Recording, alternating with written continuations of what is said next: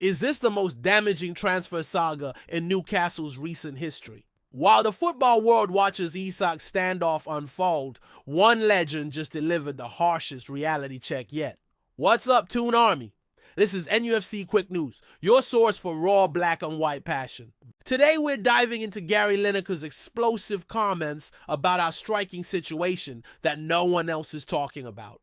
Gary Lineker just dropped some serious home truths about Alexander Isak on the Rest is Football podcast, and honestly, it's exactly what needed to be said. The BBC legend didn't hold back when discussing our Swedish striker's refusal to play. What did Lineker actually say that's got everyone talking? It's a really messy situation he's left them in. Lineker stated bluntly, but here's the kicker that really hits home. If I was a teammate, I'd be very grumpy with him at a moment. Think about that for a second, Toon Army. This is coming from someone who's been at the highest level of football. Lineker knows what it means to be professional, what it means to honor contracts, and what it means to respect your teammates. But Lineker wasn't finished there. He continued, if you got 3 years left of your contract, you've signed that contract. You've just won a trophy for the first time. Amazing season. I understand if Liverpool come in and you're thinking, I'm going to win the Premier League and I could win a Champions League. I totally understand that. But downing tools to make it happen. This is where Lineker's analysis cuts deep. He gets it. Liverpool is attractive, Champions League football, title challenges. But there's a way to handle these things professionally. The former England striker specifically mentioned how players are probably advised by their agents. Listen, the only way you're going to make this move happen is that you just say to them you're not going to play. There are no circumstances. And Lineker's response? You just think really? Lineker compared Isak's situation to how Wayne Rooney handled his transfer request at Manchester United. Rooney wanted out, but he put in a proper transfer request. He didn't refuse to train. He didn't refuse to play. That's the difference between professionalism and what we're seeing now. Are you frustrated with how this entire situation has been handled, Toon Army? The timing couldn't be worse. We're into the new season. Eddie Howe is trying to build momentum, and our best striker is nowhere to be seen.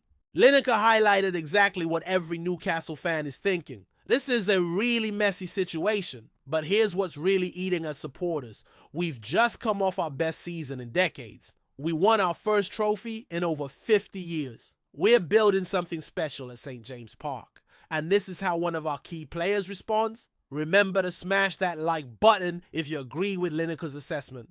Alan Shearer, who was on the same podcast, echoed these sentiments. Our club legend understands the Newcastle situation better than anyone, and even he's frustrated with how this has played out. What's the real impact on the dressing room?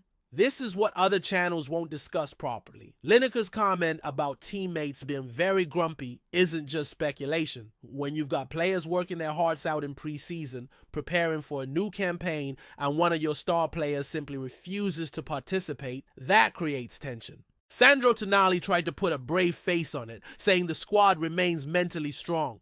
But you can't tell me this isn't affecting team morale behind the scenes. Hit that subscribe button to stay updated on all the latest NUFC developments. So where does this leave Newcastle United? Lineker pointed out their obvious dilemma. Newcastle can't let Isak go without signing replacements. We need 2 strikers to even consider his departure. But with each passing day, options become more limited. The former Leicester striker made it clear this situation is entirely of Isak's making. No one forced him into this position. He signed a 6-year contract. He was part of our historic cup win. He had 3 years remaining on his deal. What would you do if you were Eddie Howe in this situation? Lineker's analysis exposes the uncomfortable truth that many in the media dance around. This isn't just about wanting to join Liverpool. This is about how you conduct yourself as a professional footballer. We've seen players handle similar situations with class. We've also seen players burn bridges unnecessarily.